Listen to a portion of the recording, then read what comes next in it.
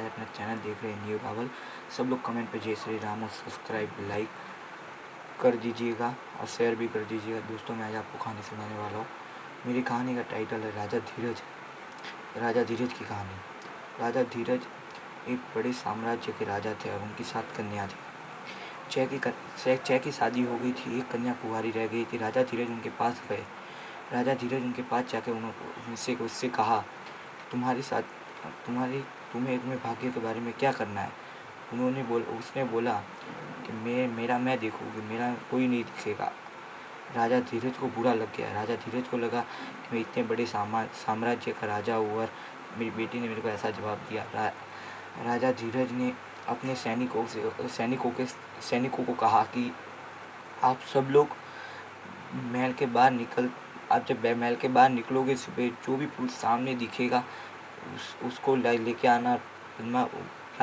मेरी छोटी बेटी पद्मा के साथ उसकी शादी कर देना।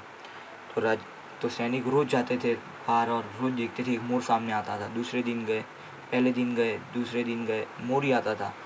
राजा ने सैनिकों से कहा कि आज का अभी तक कोई मिला नहीं आपको। तो सैनिकों ने कहा कि रोज जाते हैं, मोर सामने आता है। राजा धीरज ने कहा कि आज भगवान की महिमा भी देख लेते हैं। तो राजा धीरज ने मोर को लेके आया और मोर के साथ पद्मा की शादी करके पद्मा को भेज दिया। मोर जंगल का पंछी था, मोर उड़ गया और बारिश हो रही थी। पद्मा को अपनी बात पर पछतावा हुआ और पद्मा ने सोचा मैंने घमंड नहीं किया होता तो अच्छा रहता। यही बात सुन के पद्मा मन में सोच रही थी। तो बाद में पद्मा मन में सोच रही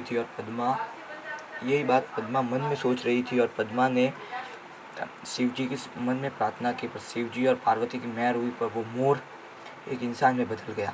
हेलो दोस्तों, आप मेरा और चैनल आएंगे और मेरा और वीडियो आएगा दोस्तों, आप लाइक सब्सक्राइब कीजिएगा। कमेंट में सब लोग जय श्री राम लिखिएगा।